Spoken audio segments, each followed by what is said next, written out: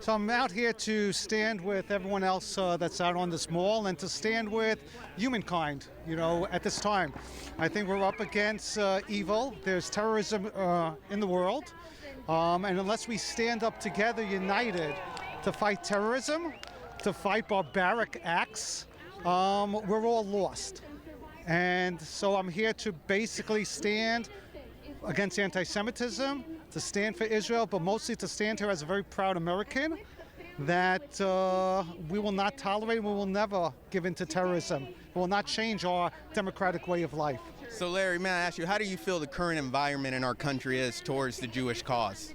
I think most people, if they sit back, can really understand the Jewish cause.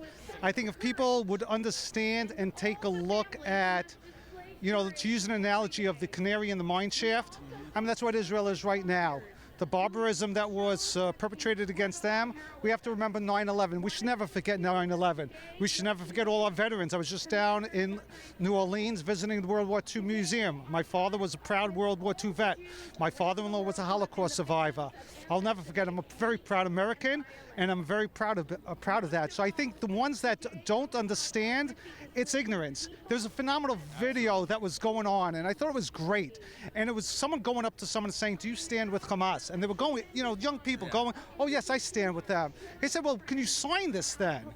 And he said, "Okay, well, what are we signing?" He goes, "Well, you believe that we should go kill everyone that doesn't have the same beliefs." "Well, I don't believe in that."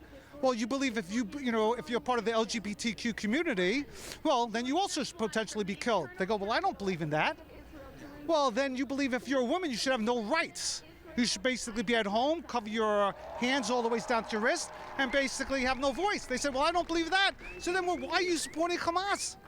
How could someone not understand, unfortunately, our children's, their educations in the universities, they're not really digging into the facts of understanding what the history is, what's going on. They hear little sound bits, but they don't want to spend the time actually trying to understand what Israel and the world on a whole is fighting against. We remembered it back at 9/11. We've kind of forgotten it a little bit. Hopefully America wakes up and the rest of the world wakes up.